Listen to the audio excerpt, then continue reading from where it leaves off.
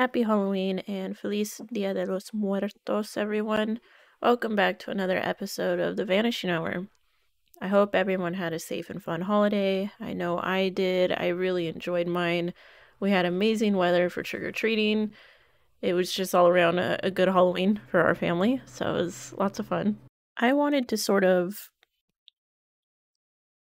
do like a special edition type of episode for the holiday, but I wasn't able to finish it in time for this deadline. The case I was working on led me down a very sciencey filled rabbit hole, and I sort of lost track of time. But I still fully intend on doing that special edition random episode in the near future.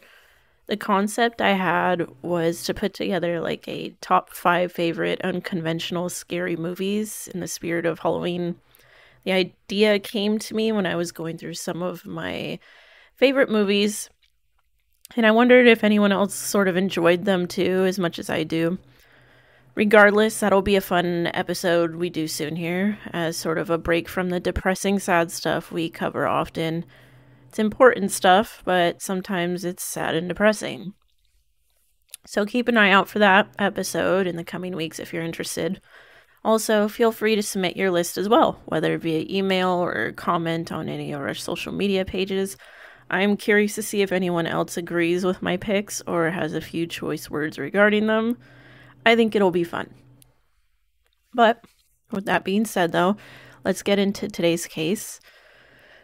This case was a complete stumble upon. It was not on my radar whatsoever, nor had I heard of it prior to my research into it. And I always feel bad when that happens. It's irrational, but I can't help it. I pride myself on doing my best to be aware of as many cases as I can, but my brain has only so much capacity. But we are here now, and I think we will be lending some much-deserved attention to this case. It's not a very old one, dating back to 2013. It's another case with a very strong social media presence. Like I mentioned in previous episodes, that's always a good thing, but also kind of a bad thing. It's good because it lends such a huge wealth of knowledge into who the victim was as a person, their dynamic with their friends, their interests, and whatnot. And it's told through their eyes, not necessarily through loved ones, which seems so much more concrete in many ways. It's bad, though, in a sense, because it does create these pangs of sadness. The person seems so alive to you through social media. You'd never guess they were gone. To see their final posts and suddenly normal activity rings with such ominous undertones, it's haunting. You leave their pages feeling a little haunted. This particular victim was less than a year younger than me. She would have been turning 29 here in just a day or two, and while I can flip through my social media pages and see where I was in 2013 and my mentality and my style, my life choices, and how I've grown since then, she remains frozen as this 19-year-old version of herself, still wearing the super popular moccasins that were a huge must-have back then, the cute skinny jeans and the peace sign with the duck face poses, the now cringy over-the-top group photos with your besties that didn't seem so awkward back then, the exciting new freedom of being an adult now and feeling both in control and completely lost all at the same time, but never admitting it to your parents because you want them to take you seriously when you say you're going to go to college and you're going to do it all on your own and that you've grown up and you don't need their help anymore. Her profile was like stepping back in time. She was completely relatable. We had some similarities in many ways back in 2013.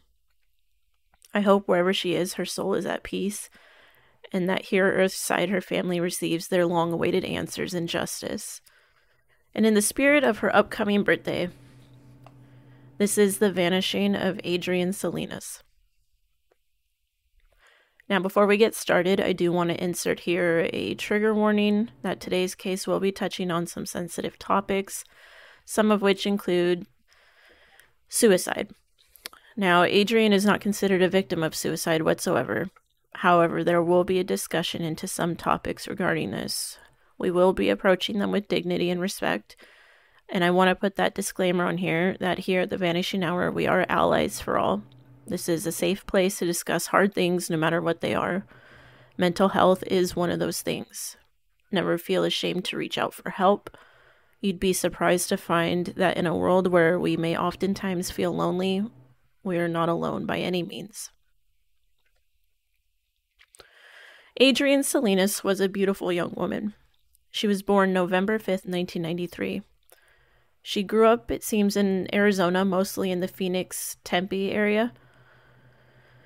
She had a younger brother and was raised by her father after her parents split at a young age. She was extremely close to her father. They had a very strong bond. Her father, by his own accounts, was a very hands-on father, coaching football, soccer, and softball. He was supportive of all of her dreams and her goals. You could see how much he loved his daughter in all of the interviews and the photos that he's provided. They were a very tight-knit family. Adrienne was also lucky to have a strong and loyal group of close-knit friends as well. In 8th grade, she met her lifelong friends Shani, Rebecca, Alex, and Francisco. Francisco, or Fran as he was lovingly referred to, instantly caught Adrienne's eye. Her friends said that from the time they met up until her untimely death, the two were almost inseparable. While their relationship status wasn't always clear, and many stated that the couple were often on-again, off-again terms, there was never any doubt that the two loved and cared for each other very much. Adrienne's friends said that ultimately Adrienne never had eyes for anyone else but Fran. Scrolling through her social media presence, it's clear that aside from spending time with her friends, she also enjoyed hiking and visiting the beach, watching The Walking Dead and American Horror Story, which I remember those were the glory days of both of those shows. It was a great time to be a fan of both. My opinion since then has definitely changed. But she loved her animals as well. She often posted pictures of both her dog and her cat. She was just a really down-to-earth, optimistic, and vibrant person. Her pages ring with the sort of happiness and friendliness to them. She wasn't afraid to express her personality and was always willing to share her little corner of the world with everyone. Adrienne had big dreams of becoming a journalist, so when she graduated high school, she decided to enroll in the local community college to get her prereqs out of the way before transferring to ASU to major in journalism. By the time 2012 rolled around, Adrienne was ready to make that next big step in her life. She, Shani, and Rebecca had all decided to move into an apartment together. Their very first one. Adrienne was ready for this newfound responsibility. She had landed a job at Hollister at some point and then worked for Ruby Tuesdays as well, according to her social media page. She also purchased a new cell phone, got her driver's license, and a car. So this was pretty much the next big step for her. Her father, like with everything else in life, graciously supported and helped the girls find a place. They decided upon a quaint 2-bedroom apartment located on West Brown Street in Tempe. Their apartment door was just steps away from the street that intersected with Hardy Drive. Adrienne's father helped them get settled in, and being the caring father that he was, made sure that they had everything they needed, including food and furniture and all the basic necessities. Being in constant communication with his daughter daily, he always made sure the girls were not struggling and were maintaining a safe household as well. The area was a fairly well-kept and clean area. There were mowed lawns, no obvious, busted roads or trash everywhere. I will say that many stated that the neighborhood in general was slightly more prone to homeless people once the sun went down due to its dimly lit streets and the parks and recreation areas that were in the immediate area. Adrienne's social media page shared a picture of a beautifully decorated Christmas tree in December of 2012, with the caption stating it being her first tree in her own apartment. It was clear that this move was a big step for her and that she was very proud of herself. In February of 2013, Adrienne ended up needing to be hospitalized after exposure to something called valley fever. Valley fever is a respiratory fungal infection that develops after coming in contact with a specific type of spore in the area that is prone to southern states like Arizona, as well as New Mexico, actual Mexico, and South America areas. It is typically non-life-threatening, and it can be treated with antifungal medication. However, for some, including Adrian, a hospitalization is needed. While hospitalized, she did have some surgical procedure done to her thoracic area, like the lungs and chest. I don't know if it was a biopsy or if it was actual, like, lung surgery or something else, but it required her to remain hospitalized for a few days before she was released. She eventually did make a full recovery and was back to her usual self, though. I note this hospitalization because it will play a role in her case later on. June 14th, 2013. This is the last day that anyone sees Adrian alive.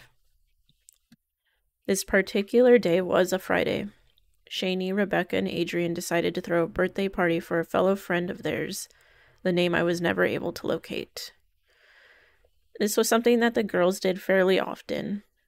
They had their own place and always enjoyed having people over and hosting parties.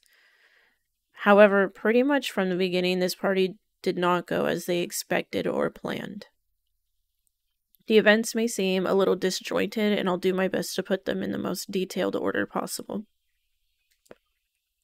So at about 10 p.m., the party was in full swing.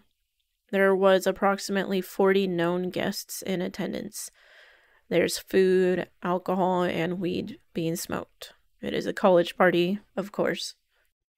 Very few partygoers mentioned to police that at various times throughout the night, Adrian was seen with Fran. However, at some point, they are separated. It's at about this time that one of Adrian's friends enters her room and finds her still dressed in her party clothes, sitting on the edge of her bed and just not really in the partying mood.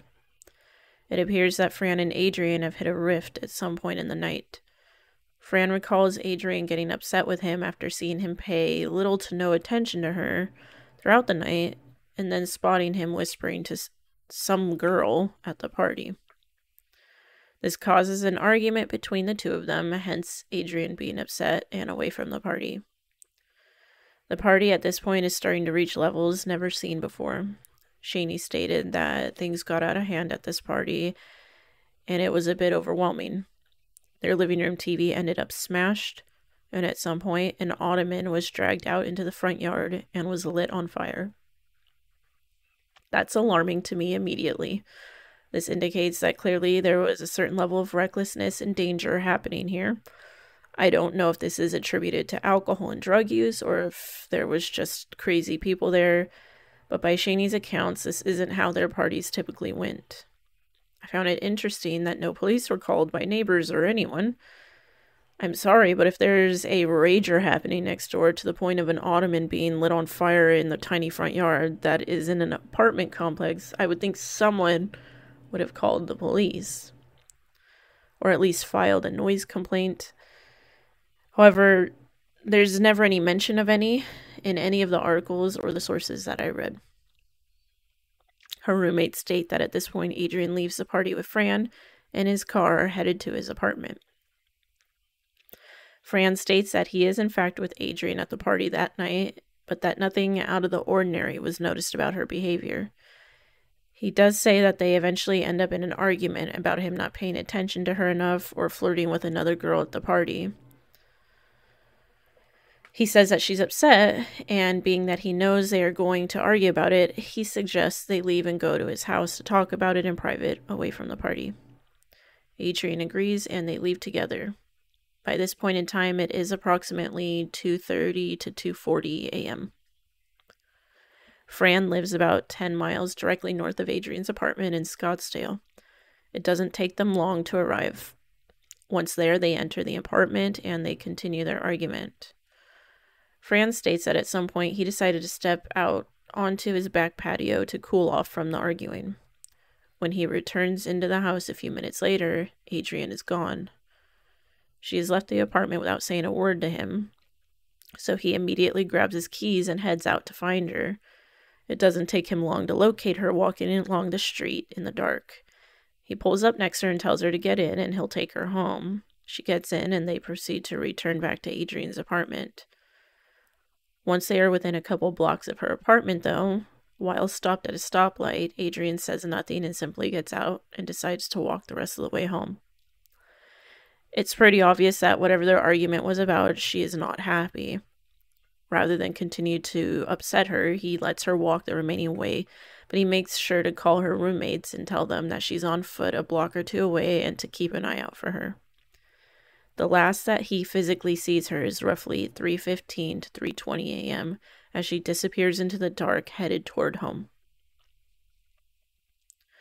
Now, she is confirmed to have made it back to the house, but for me at least, this is where the events start to become very odd.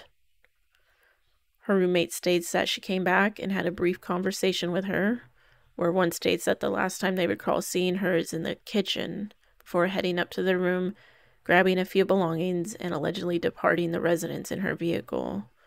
This is where I find my first hiccup in the timeline. Fran states that at 3:15 to 3:20 a.m., she is exiting his car and is on foot walking home. Yet one source that directly interviews the investigators and the family alike states that at about 3 a.m., a call was placed into 911 regarding a vehicle collision. The driver states that they were traveling at the speed limit when a white four-door sedan comes flying up behind them, proceeds to pass them, and essentially cuts them off. But then it proceeds to hit a median or a curb, it's unclear, in the road and comes to a complete stop. Worried, the caller stops and begins to get out to check on the driver, but the car then proceeds to flee the scene with the two very damaged tires on the left side of the vehicle. The caller is able to get the license plate down, though, and relays this information to the 911 dispatcher. Police obtained this information several days later and verified that the car was in fact Adrian's vehicle. So they operated under the assumption that it must have been her driving that night, being that a few partygoers stated that they saw her leave the home in her car. But if the call came in around 3 a.m., and Fran puts Adrian still with him in his car heading home no earlier than 3:20, how is it possible that she's in two places at once? Now, I did find other sources that placed a 911 call at a later time, closer to 3:40 a.m., both claiming that that is what the police are stating.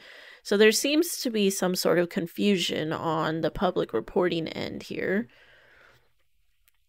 I am going to have to consider that either the investigators reported the time wrong to the media sources, or the media source itself is reporting the wrong time.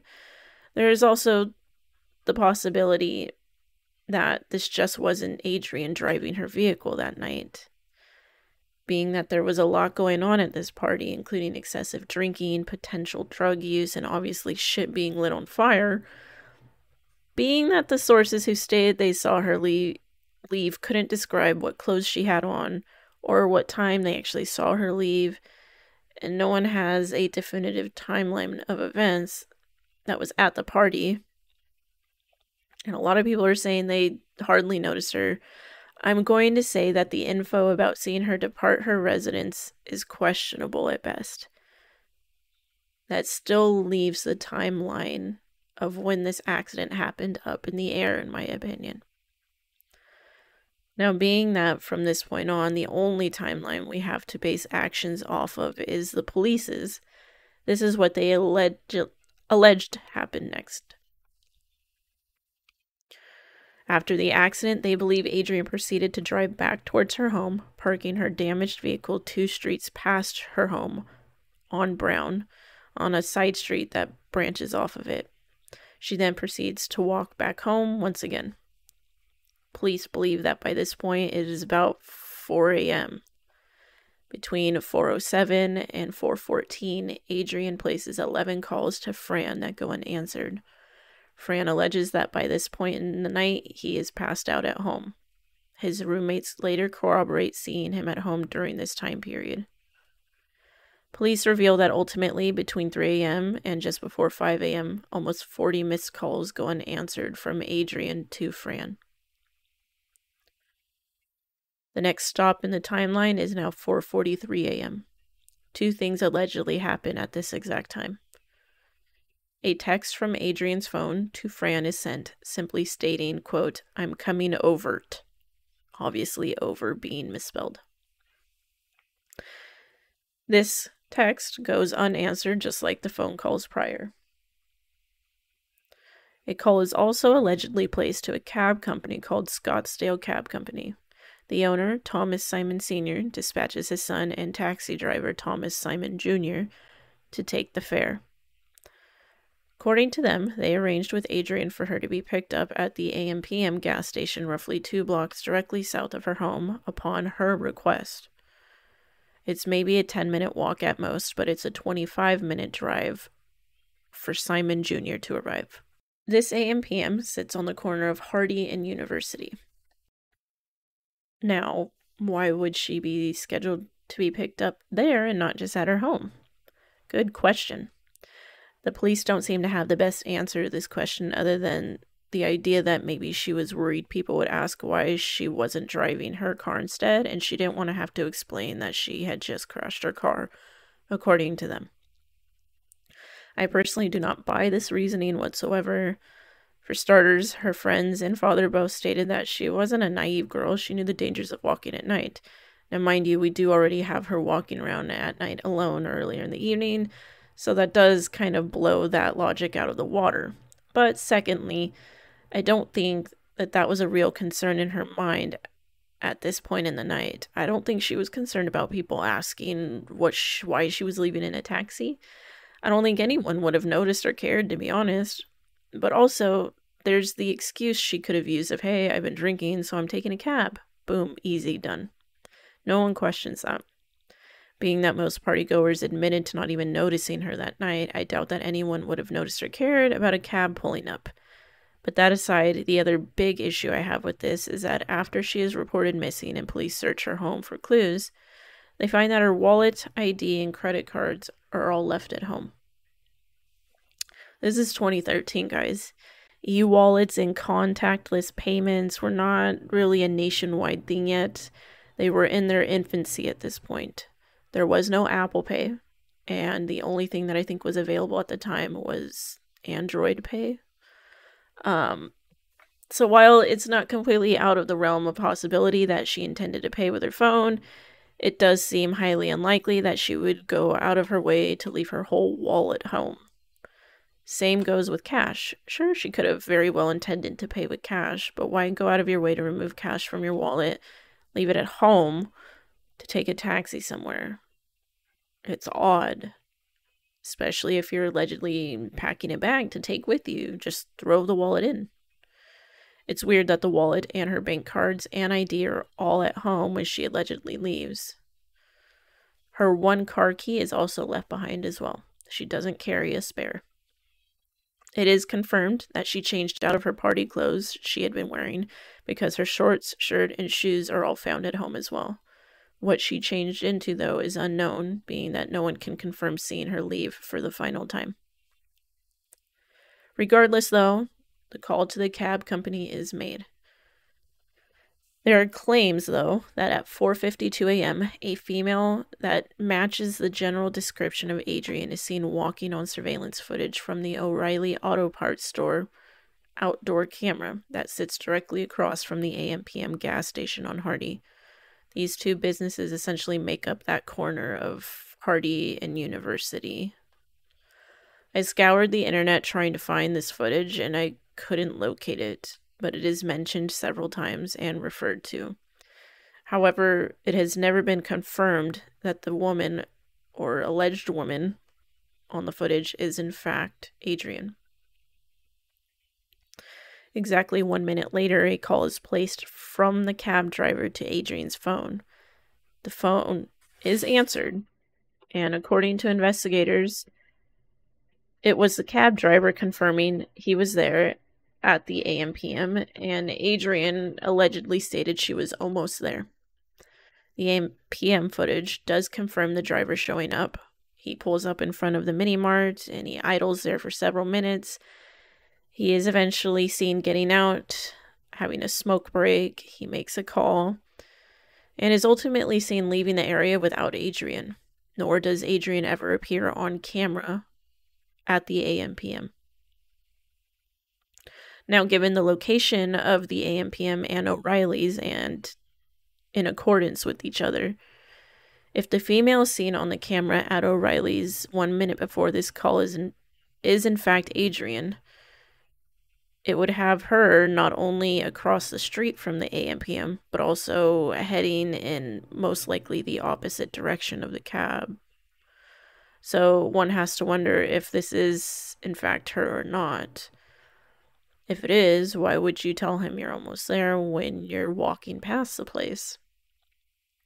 Now, do keep in mind that the context of the conversation between the driver and Adrian is strictly his version of what was said.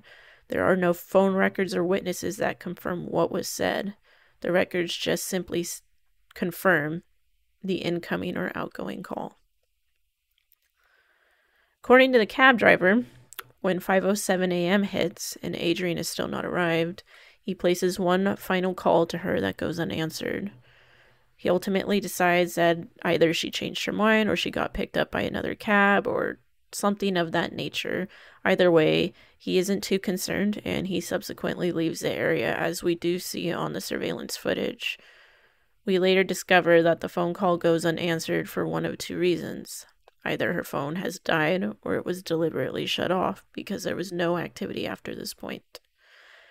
I'm more inclined to believe that it was shut off, being that she was just at her house where all of her belongings, including her cell phone charger, are, and she's clearly using her phone fervently to try to get in contact with Fran.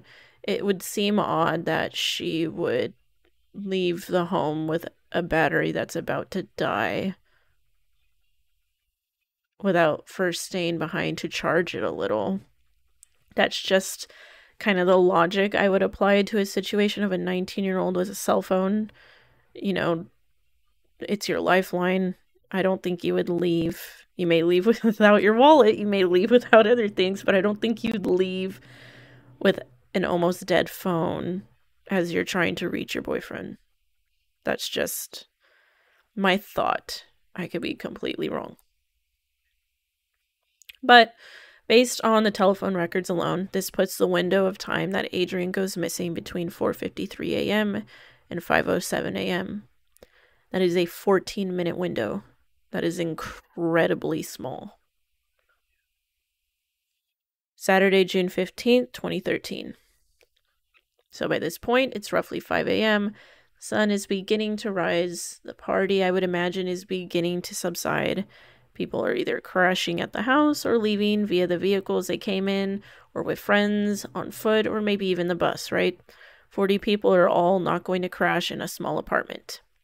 Yet I find there's no mention of anyone leaving and seeing Adrian on foot. She left just before 5 a.m., based on social media posts of people that appear to have been at the party, and yes, somehow still have photos that are time-stamped from 2013. It appears the party ended right around that time that Adrian left. I find it incredibly ironic that she goes missing yards from her front door and nobody saw or heard anything. Incredible. One would say maybe impossible. I'm not blaming anyone here, but it's a hard pill to swallow in my opinion, is all I'm saying, and I don't have the greatest feeling about this. Regardless, the night has come to an end, and by mid-morning, her roommates wake up, they assess the damage, and they begin to recover from the night before. Nobody finds it odd that Adrian isn't home, being that they feel she's more than likely with Fran. Fran wakes up and sees all the missed calls and texts from Adrian. He tries to contact her and receives nothing, but assumes that the lack of presence at his apartment and the lack of answering the calls means that maybe she changed her mind and she is still upset. She could be sleeping. Nothing alerts him or anyone else at this point that anything is off or wrong. Back at the Salinas home, her father notes the lack of communication from his daughter, but isn't immediately concerned. He assumes she's sleeping in, busy, whatever the case may be. The day continues on as normal for the most part, but by evening, her father does start to wonder why he hasn't heard from his daughter yet, being that they talk every day. He calls and texts again, hoping for a response soon. Sunday, June 16th, 2013. It's Father's Day. Rick, Adrian's dad, wakes up and prepares for the Father's Day barbecue they have planned for the day. He fully expects to hear from Adrian today. She wouldn't miss a day like this. He begins prepping the food and getting everything out and ready. By noon, though, there has still been no response from Adrian. By this point, he knows something's not okay. He contacts all of her friends, including Fran. It's about this time that everyone collectively realizes that no one has seen or heard from Adrian since the party. Alarm bells are going off in everyone's head. By 3 p.m., Rick is on the phone with 911 reporting Adrian missing. He and Fran end up meeting at the girl's apartment, and everyone tries to go over what they last remember. It's at this point that they realize her car is missing, yet her only car key is still at home, along with her wallet. Investigators arrive, and they take everyone's statements and document the house for any evidence, including the personal belongings she left behind. Family and friends begin printing flyers and posting them in the area. Monday, June 17th, 2013. While out looking for Adrian and posting flyers, both Rick and Fran stumble upon Adrian's car located the few blocks east of her house, where police now suspect she has dumped it post-accident. They get to it, they notice the tire damage, and are obviously alarmed and confused. Aside from the damage, though, there doesn't seem to be anything out of the ordinary. They call the police and report it. Police arrive and they begin to document the vehicle. The police photos released of the vehicle at its found location show it parallel parked neatly against the curb in front of a seemingly boarded up abandoned home. The front windows of the residence are covered with particle board. The lawn is unkempt and patchy and brown, and there's panels missing from the top of the house. It looks rough. The driver's side front wheel has the most damage that can be seen. The top right of the tire is completely punctured and torn with a sizable gaping hole, roughly 10 inches long, I'd say, and at least 4 or 5 inches wide. The tire is completely flat, obviously. The rim just below the blowout is bent and damaged severely, with like a hunk of it completely gone. It's clear that this was the major point of impact for whatever accident happened the night before. There was no image of the second tire up close to see its damage, but a profile shot of the car made it clear that the front tire took the brunt of whatever damage. It looks like the rear driver's side tire is also flat. I did read that the passenger side front wheel was also damaged, but I'm not sure. The picture only shows the driver's side of the vehicle. Now, despite police and her father saying nothing out of the ordinary was found in the vehicle, I did take note of a few things that I saw. The front seat is pulled up really close to the driving wheel, indicating to me that someone shorter was most likely the last person to drive it, likely her, and the position she usually kept it in. It would be alarming to find the seat completely reclined or back, being that Adrian was no 7-foot-tall basketball player. The front passenger seat is pushed back much more, though, than the driver's seat. I don't think that this is uncommon. I know my car is most likely like that right now, being that Shadow rides passenger in my car, and his daddy long legs need room in my car. In his car, it's the exact opposite, because I'm always passenger in his car. So, knowing that, it appears that someone taller than her had rode in the passenger seat at some point, whether it was recently, the last time the car was used, or if it was a while ago and it just was left that way. Again, just observations. She had a few articles of trash on the ground in the front passenger side, a CD that was left on the seat. Her center console was lifted up, I'm assuming from the investigator's search. She has a blue feathery necklace type of thing hanging from her rearview mirror that was still there. Lastly, a weathered-looking gray or possibly black file or notebook is seen on the driver's seat. Only 2/3 of it is really visible, being that the bottom is cut off by the frame of the photo. But this is important, and I'll swing back to that in just a moment. The back seat was a little bit more random to me. Again, though, nothing was stated to be of evidentiary value, so this is just strictly observational. There was a giant gallon water jug with a shitload of clear duct tape bunched around the mouth of it, laying on its side in the middle of the back seat. Possibly attached to it on the floor of the back seat appears to be a poster, a larger poster, maybe like a school project of some sort. However, it's faced away from the camera, so there's no way to read what's on it, if anything. There's a magazine with a red stripe across it and the words expert something. I can't see the rest of the second word, but it ends in UMES. There's a paperback book with a yellow jacket face down on the back passenger side seat. And then there appears to be a smaller jug, maybe like a milk jug or a water jug, seemingly empty on the ground near the poster behind the passenger seat. Aside from this, though, there's no other obvious signs of anything. There's no stains, there's no damage, there's no other trash, there's just nothing. It looks like a typical car. Again, this is where things begin to get weird again, though. Many sources that include police interviews state that nothing more was done with the vehicle. But then there are other sources that also have police interviews that state that along with this notebook, there was a black cell phone in the vehicle. A BlackBerry, to be exact. Now, I've dug, and I've dug, whatever, I searched and I searched to try to find confirmation that Adrienne, in fact, had a BlackBerry phone at the time of her death. The closest I could find was a selfie of her in a mirror from March of 2013 of her holding a black phone that I cannot rule out as being a BlackBerry, but the quality is poor enough to not be able to confirm that it is either. However, for some reason, police state that after documenting the car and its contents, the car is for some reason returned to the family instead of being taken to impound for further processing. It's odd, right? Again, this isn't mentioned in every source, but definitely enough sources, and even photos of the scene include the notebook, so it does carry weight.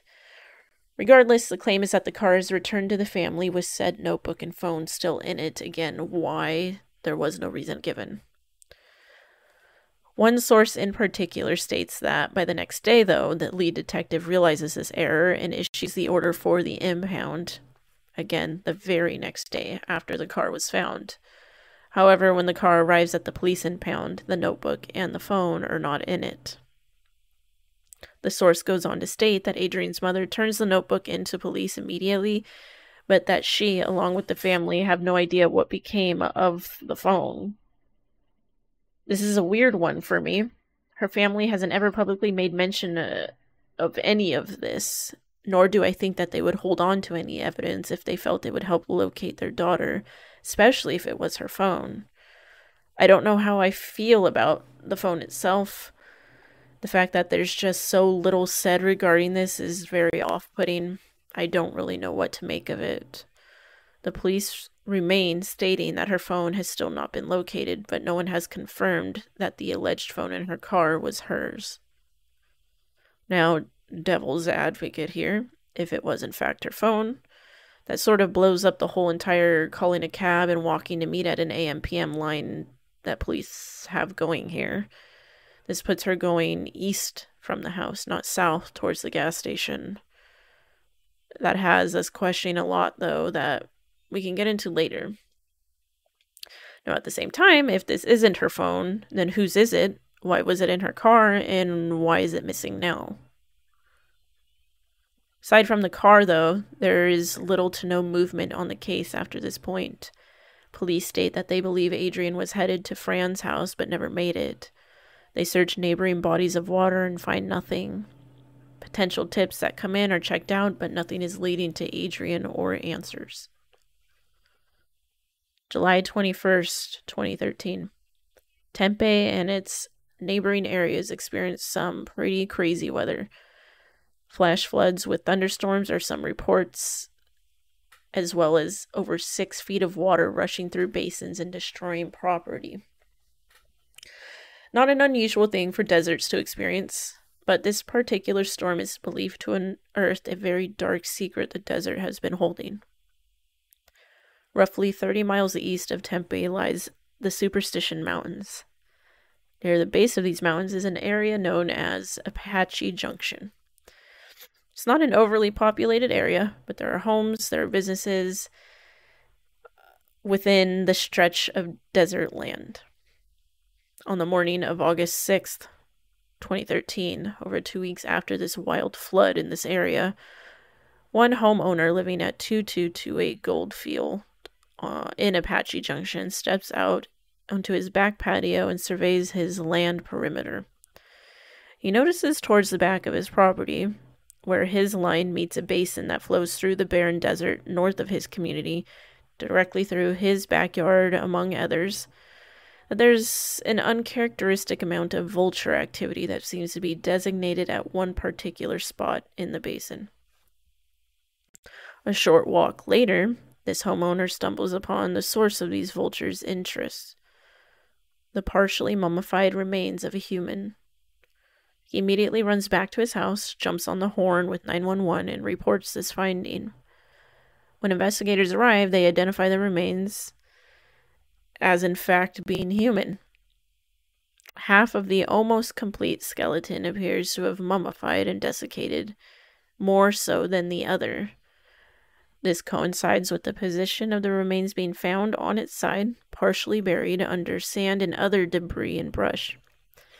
Desiccated, for those wondering, is just a fancy term for dried up or jerky-like. It's common finding in mummification.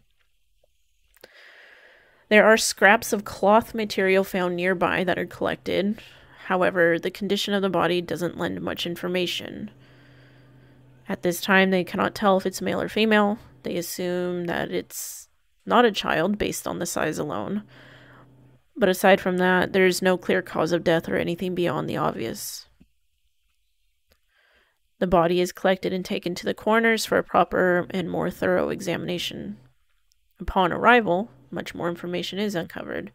The body is confirmed to be a female, approximately 17 to 30 years of age. Police immediately have Adrian in mind. A request for her medical records is put in to be sent over immediately. Ultimately, it was verified that the remains were in fact Adrian Salinas. Now, looking over the autopsy report and what information was provided, I want to clear some things up. There is a huge speculation that because there is no direct mention of her head or hands in the report, and given that the investigators choose to withhold specific information from the report, including the body chart when it was eventually released, many believe that this means her head and hands were removed and not found.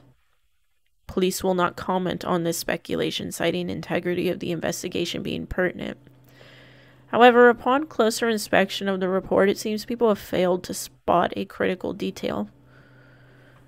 Medical examiner states in the report that dental records were not only received, but were in fact compared, and similarities were found. There was not enough to base a sole identification on, hence DNA ultimately confirming. But the dental records, along with the thoracic radiographs from Adrian's surgery and radiographs done to the remains, severely indicated that it was Adrian. The deciding factor was obviously the DNA when it came back. Obviously, if none of her head had been recovered, the dental records wouldn't have been requested nor compared because there would be nothing to compare them to. This detail seems to have been looked over by everyone thus far, and the whole headless, handless theory has really taken off, with some media sources citing her not having either. I want to encourage those who believe that to view the report themselves and reconsider this idea.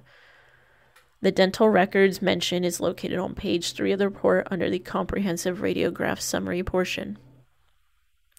I will say, though, that there is still no mention of the hands. However, nail polish is noted on the toenails, and directly after, there's roughly a sentence length of info that is completely blotted out. My guess is there could be info about the hands that is of interest to the police and therefore left out, but that is not confirmed. Regardless, the presence of teeth doesn't mean the whole head was present, obviously. It's completely possible only partial skull was found. This theory is further compounded by the fact that the report clearly states nearly complete partial skeletal remains.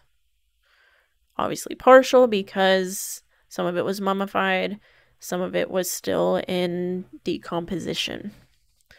Another compounding fact is that the examiner ultimately ruled both cause and manner of death undetermined. This is important, and there is a difference. Cause of death is the physical injury or occurrence leading to death. What medically killed the person? Was it a heart attack, a gunshot wound, blunt force trauma, strangulation, etc., etc.? Manner of death has only 4 potential options ever listed: homicide, suicide, accidental, or undetermined. That's the difference between the two. They are all pretty self-explanatory, obviously. If it's not one of the 3, then it's not determined. Now, manner of death can change as an investigation continues on. And when Adrian was originally found, it makes sense that undetermined would have been the manner. But let's dig a little deeper into this report. As mentioned, the remains were found somewhat submerged, and it's believed that this was because of the flooding. This means that police don't believe she was put where she was found, but rather north of that area and traveled with the flooding waters X amount of feet, yards, miles, whatever the case may be. However, when backtracking, the potential path led to no clues or further info. They couldn't really pinpoint an exact location. This therefore leaves them with no crime scene, and that's a very difficult pill to swallow. Back at the body, the examiners note that on the lesser desiccated side of the body, there are smells and oils and tissues pertaining to decomposition. A process called maceration is then used on all bones present, minus the bones of the arms and legs, including the tibias, the fibulas, the femurs, the radiuses, the ulnas, all the major bones in our arms and legs. Maceration is the process of submerging bones, usually with tissues still intact on them, into hot water so as to help remove the meat and clean and prepare the bone for inspections for fractures, tool markings, indentations, breaks, cut marks, and bullet holes. You get the picture. Again, this was done to the remaining bones minus the bones in the arms and the legs. Those bones were instead radiographed for foreign objects and metals, of which none were found. On the macerated bones, nothing of evidentiary value was found. There wasn't even signs of critter activity, I guess would be the best way to say it. They usually will indicate critter activity based on holes in the bones from pecking of beaks or scratching from teeth of stuff. While some of the tissue displayed signs of that, none of her bones had any of that, which I thought was also interesting. Muscle tissue blood analysis from the residual tissues were sent for a tox screening, though. And I want to go over that next. I had to do a little extra digging in the science world for an explanation for some of this, so I'll do my best to break it down correctly. The report states that a blood analysis was done from muscle tissue on the body. They perform a number of tests looking for substances out of the ordinary that may help speak to a cause of death or a state of the body at time of death. This includes tests for alcohol, over-the-counter drugs of common kinds, barbiturates, methamphetamines, cocaine, cannabis or THC, aspirins, controlled substances like painkillers, depression medications, psychoactive drugs, heart medications, hallucinogenic drugs, stimulants, including caffeine, among some other stuff. These are just a few of the things that they test for in a traditional tox screen. Now, if there is a suspicion of other things, like cases of arsenic poisoning, a special test needs to be requested and then performed. I just want to throw that out there because there are certain tests that aren't performed unless requested. But when Adrian's tox screen came back, I really began to have some more questions. Being that she went missing the night of hosting this huge rager of a party where lots of alcohol was involved, and given her assumed erratic driving prior to vanishing, I expected to see alcohol on some level in the screening, even a minute amount. However, there was none. Nothing. Zilch. Now one has to wonder, okay, maybe she didn't drink that night. It's possible. It sounds like she was pretty tied up with her emotions that evening, and we don't have anyone confirming they saw her drink. Then again, we barely have people acknowledging seeing her at various times in the night. And her social media pages did not shy away from posting about alcohol. Adrian drank like most 19-year-old college kids her age. She didn't have a drinking problem, but she partook in drinking on occasions with friends. The next thing I noticed, though, was that her tox screen came back negative for almost everything. There were two things found in her system at the time of her death. One, she tested positive for THC, also known as cannabis or weed, for those of you unfamiliar with that term. The THC came back at a level of 188 nanograms per gram. I again scoured the interweb for some definitive answer on just how much that is. Is it a lot? Is that pretty much nothing? What I found was this. There is no set amount of THC to determine impairment. It doesn't work like alcohol, where if you're over a 0.08, I believe, you're legally intoxicated. One article out of somewhere on small and insignificant Kansas, maybe, I'm not sure. No offense, Kansas.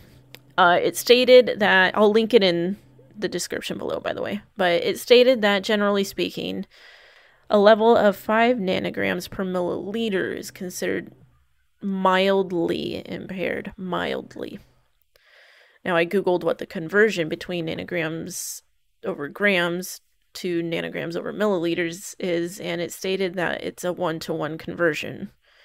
If, and that's a very big if, but if this info is true, it would insinuate that Adrian had to have taken some form of THC shortly before her death.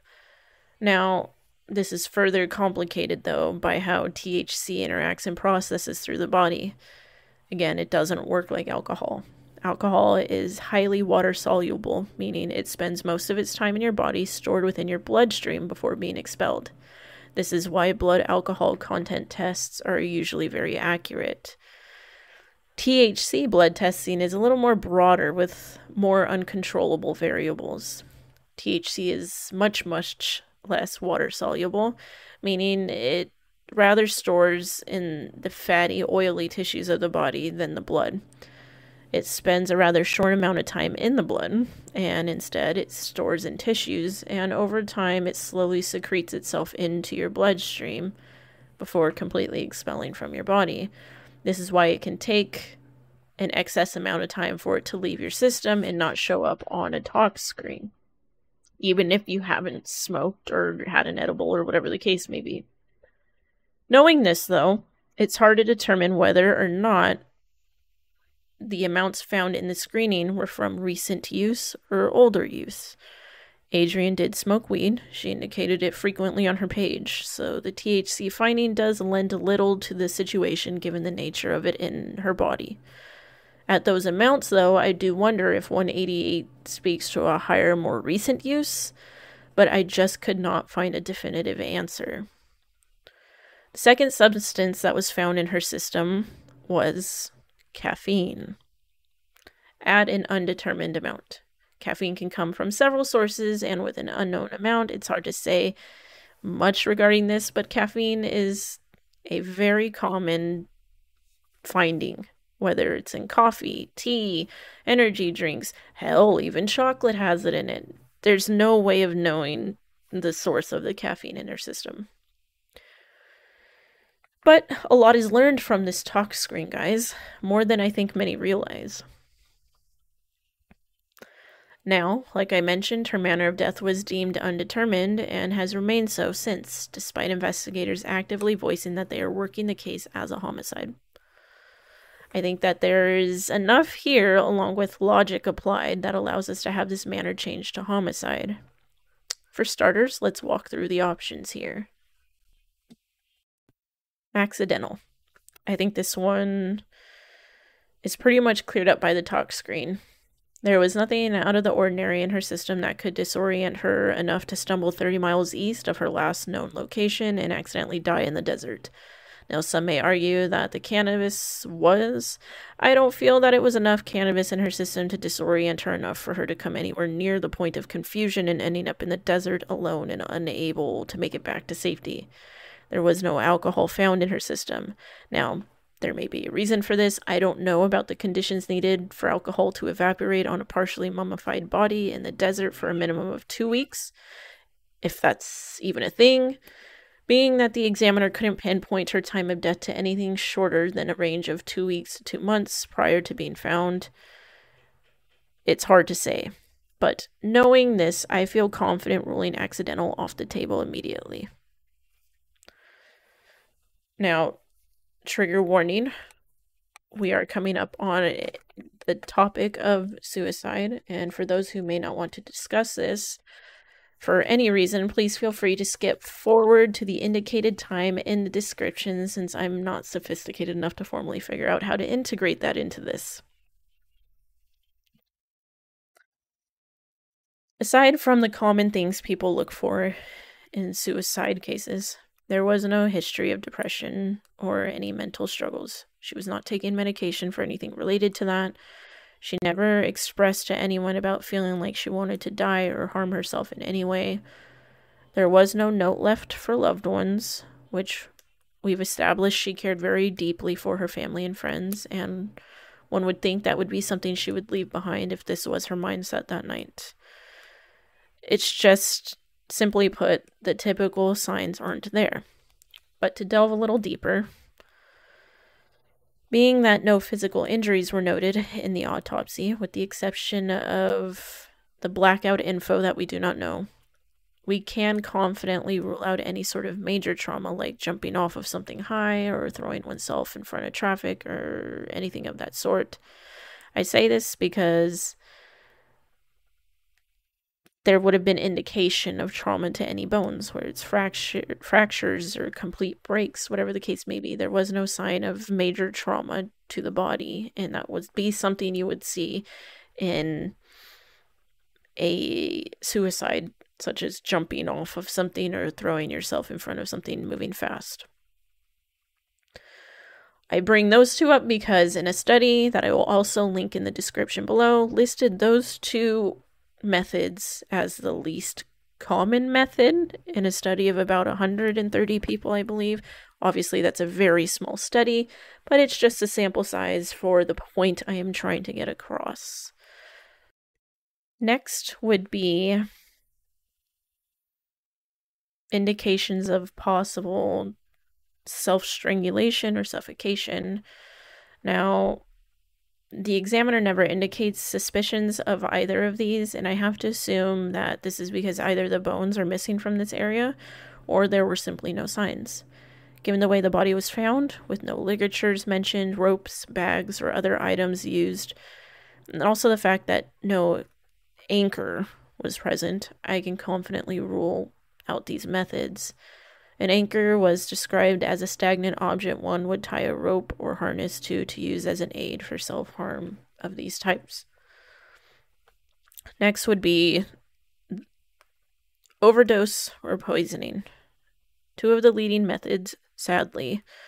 However, with the tox screen ruling out everything, that seems pretty much impossible as well. That really leaves the horrible thought of self-inflicted gunshot wound or exsanguination. The gunshot wound seems unlikely despite the lack of clarity regarding the presence of the skull being 100% intact. However, I feel like that wouldn't be information left out of the report if there was any indication. Usually with self-inflicted gunshots, it's to the head, not so much the chest or another area. However, that's not completely impossible. There's usually a pressing of the gun to the surface of the body, creating a burn ring when the muzzle makes contact post-shooting. If the examiner saw any of this anywhere, I doubt they would leave the cause of death undetermined at minimum. The lack of a gun found also is curious, although if weather is what unearthed her, it wouldn't be a reach to assume the gun got lost in the flood. But again, we gotta ask, how did she end up 30 miles east in the desert with a gun? It's extremely unlikely in my opinion. Exsanguination would be a self-inflicted cutting of arteries or bloodlines, usually at the wrists, sometimes at the thigh. While there is no physical evidence to discount this, we revert back to the patterns of behavior and lack thereof. Plus, again, why in the desert 30 miles away, and how would you have gotten there without help at minimum? Knowing all of this, I can comfortably rule suicide out. That leaves us with the only other logical conclusion. She ended up in the desert, dead 30 miles from home because someone put her there.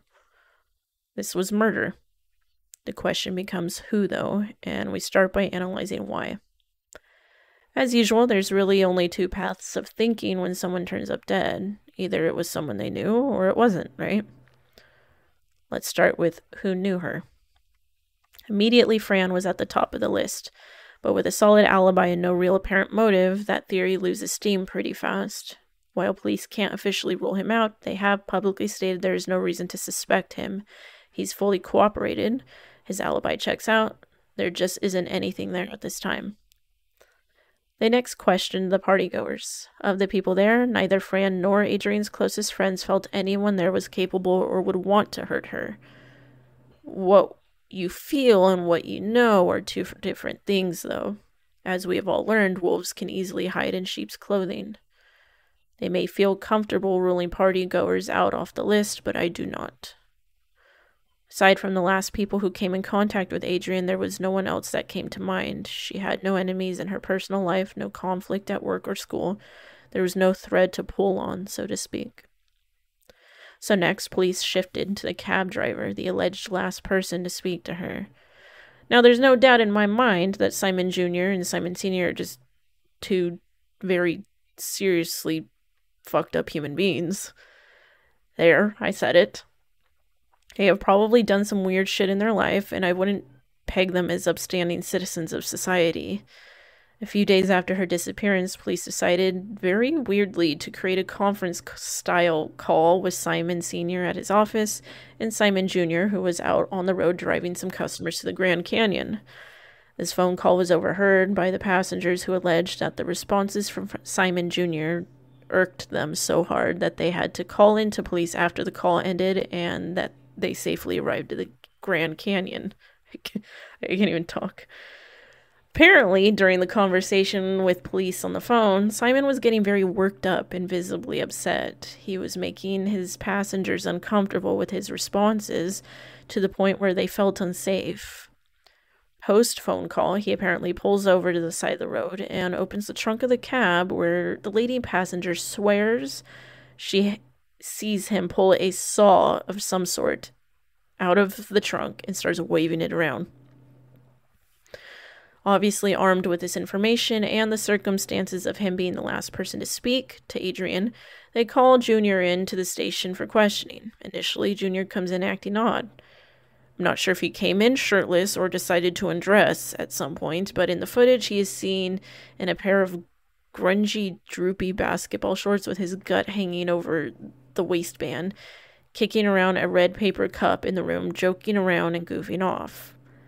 When the tone of the interview changes, though, so does Junior. He recounts the same story he's been telling about the call he received, arriving and her not being there, and eventually leaving, although now he seems more guarded. The police then present him with the warrant for his DNA, and he loses his shit. He starts yelling at all the officers, calling them crooked thieves and framing him, stealing his DNA, violating his rights. They get the DNA, though, and he's pissed. They cut him loose, though, and he heads home. He's still on their radar, but with his DNA and nothing to compare it to, they can't do much. They continue to receive weird calls about him, though, with a neighbor calling in alleging she heard screaming coming from his apartment, female screaming. When exactly, though, is unclear. Regardless, the police arrive, asked to search the apartment. He allows them in, and they find nothing. They search his cab, they find nothing. They attempt to contact the neighbor who reported the screaming, and she is no longer identifying herself or cooperating. Simon Sr., meanwhile, seems to exacerbate the situation by creating his own YouTube video that he posts online of him, quote-unquote, retracing Adrian's last known steps as a way to prove that there were so many other things police should be looking at instead of his son. Ultimately, it was creepy, weird, and did more harm than good. It's still online if you'd like to view it. He posted it approximately 2 weeks after her disappearance.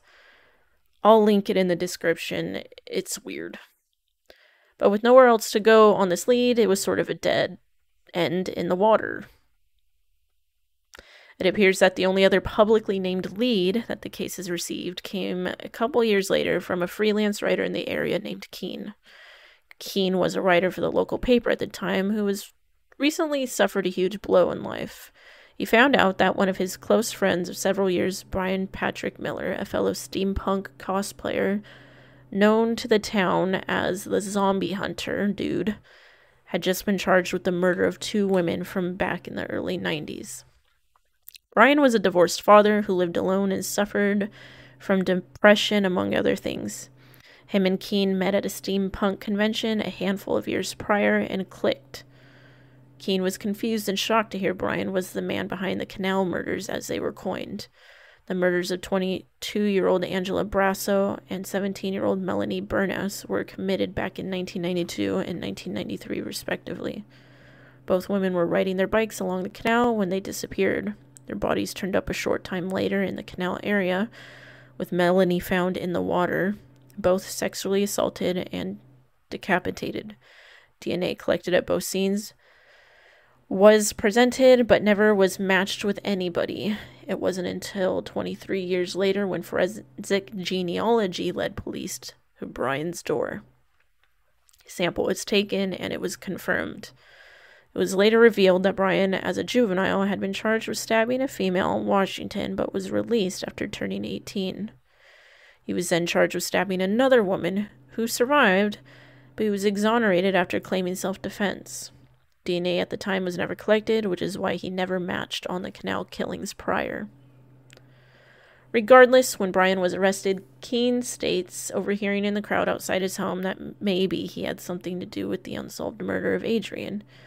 Apparently, Keene felt this theory had traction, and he investigated it. He's written all about it. I'll link his site and info for your curiosity into his angle.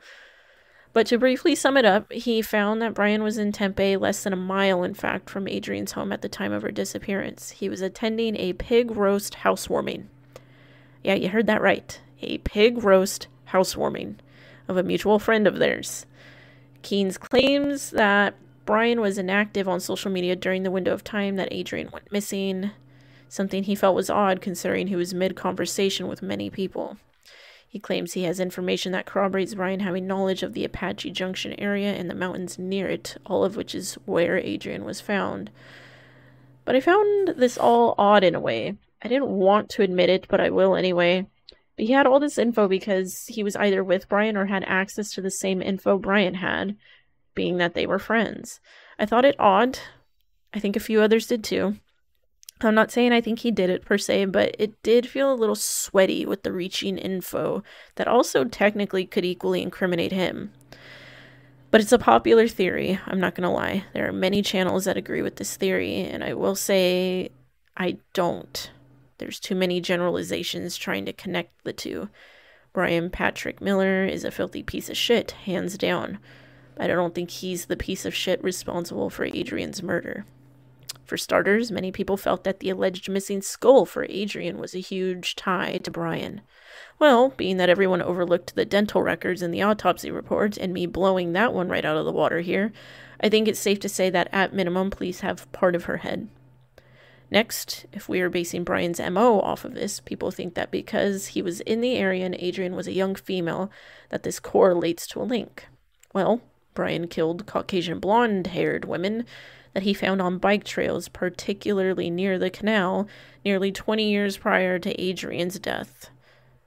It doesn't appear he has been linked to any murder since. If this was his work, why wait so long? Why dump her in the desert? In 2013, police did not have Brian on their radar for the canal murders, so at the time, in his mind, he was free and clear of his crimes. Why not dump her in the area that has worked for him already? Why deviate? It's not a common thing to do in these types of cases. Police searched Brian's house for anything that would tie him to Adrian. They never found anything, and that doesn't surprise me. So with those being the main suspects in the case thus far, who do I think did it? That's an extremely hard question to answer. I can tell you now, Brian is not on my list. Not even close. It's too much of a stretch with this newfound information. While I find it less likely than likely, I cannot rule out Simon Jr., the cab driver. Ironically, it's not because of anything we really discussed about him. My issue stems from the fact that he is the last contact that we know of, and that the only information we have that we have based her steps on that night after a certain point come from him. Yet those steps don't necessarily make sense. She called for a cab to pick her up blocks away from her home, according to him. He calls her again, and she states that she's almost there, yet footage of a female matching Adrian at the same time shows her heading in another direction. I know it's not confirmed to be her, but what if it is her? Logically, who else could it be? But also, then her phone magically shuts off a few minutes later. Then there's the question of whose phone was in her car once it was found. Was it hers? If so, that sheds doubt on the conversation he says he had. Serious doubt. But only if it's her phone, which neither family nor police have confirmed or denied, further mucking up the waters here. Whose phone is it if it's not hers, and why is it missing? But this begs a bigger question, which is, do I think she was murdered by someone who knew her or not? Throughout investigating and researching this case, I have flip-flopped back and forth on this answer, and even in this moment, I am not strongly one way more than the other. But I would say overall I am 60-40 on this. 60 being it was someone she knew, 40 being wrong place, wrong time. If it has to be someone that knew her, I'm looking at the party goers again. I respect her friends, but I beg to differ. That party was way out of hand. That behavior stems from people who get way out of hand. Mix alcohol and you got behaviors you wouldn't normally see. I find it odd how many people can definitively say they saw her, but also did not see her. It's her house. I get that there's a lot going on, but I refuse to believe that no one saw something. The discrepancies in the timeline further muck it up. Was the accident at 3 a.m. or 4 a.m.? Being that there's a log, I feel like there shouldn't be a discrepancy like that. The police have this series of events mapped out with her coming and going, coming and going, coming and going. But as the night goes on, the sources of this info become less reliable. I honestly feel like there's a chink in the armor somewhere. Somewhere between her returning back from France on foot after getting out of his car, the facts get fucked up, and it fucks up the whole picture. Because of that, nothing else makes sense. I don't believe the story that she called a cab to pick her up at AM PM instead of the front of her house, or even the damn corner of the street she lived on, for that matter. Adrian was a beautiful girl, there's no doubt about that, and while she only had eyes for Fran, I don't think that means that she didn't sometimes entertain the idea of moving on, especially if Fran wasn't giving her the attention she deserved and that they were fighting often. According to him, they weren't even in a relationship at this time. I don't ever think she acted on these thoughts, but I think she made friends with others in hopes of maybe finding a way to move on, but being unsuccessful. We all know how some people get the wrong impression from friendships, too. I don't think it's too far out of the realm of possibility that someone who had interest in her was at the party that night, hoping Adrian would maybe give them the time of day. But being there with Fran, fighting and leaving with him, only frustrated and angered this person. I think this person remained there, drinking and partying, seemingly having a good time, and was actually delighted and surprised when she returned home. I think at some point, though, when the party ended, most likely around 5 a.m., this person saw Adrian leaving and approached, maybe offered her a ride as she was walking, and hence why she never met with the cab driver. To test this theory, I would have checked the footage from any businesses, including the O'Reillys and the AMPM, and maybe even businesses on the opposite end of the neighborhood, for the time frame of when the party started and cars arrived, and the time frame of when she went missing. While I don't have any substantial proof of this is a theory that sat best with me throughout this entire process. People argued that this area is known for a lot of homeless people at night as well, and that it's not far-fetched that she crossed paths with a vagrant who ended up doing this to her. I mean, sure, but how the fuck is some vagrant going to get her 30 miles east? Is he running her there? Is he pushing her in his shopping cart? Is he riding the metro with her slinged over his shoulder? I mean, the chances of a vagrant with a car seem slimmer, but hey, if we're reaching for straws, add that one to the mix, I guess. Given the time of night, it's not possible to rule out a random act of violence being in the wrong place at the wrong time. But for me, I find it unlikely. With a small window of time and such a small stretch of street to go missing, no one reports screaming or altercations. No one reports any suspicious activity. This is just my theory, though, and it may be the unpopular one. Is my theory so far off from possible if you really think about it, though? If so, what's yours? Do you agree or disagree? Let me know in the comments section, or even message me or email me. The best thing to do is to continue discussing this case. Keep it moving and active, and keep it in the eyes of the public. I think we can all agree that no normal person did this. An animal targeted her that night and left her in the desert thinking she'd never be found. But she was. She wanted to be found, and she is fighting for that justice she and her family so rightfully deserve. Whoever you are out there, I hope you feel the space between you and freedom getting smaller and smaller every day. This won't stay buried forever, and it's just a matter of time. I urge anyone who knows or even thinks they know something to say something. Adrian's family deserves answers, and she deserves the justice. To Adrian, happy 29th birthday. Until next time, guys, stay safe.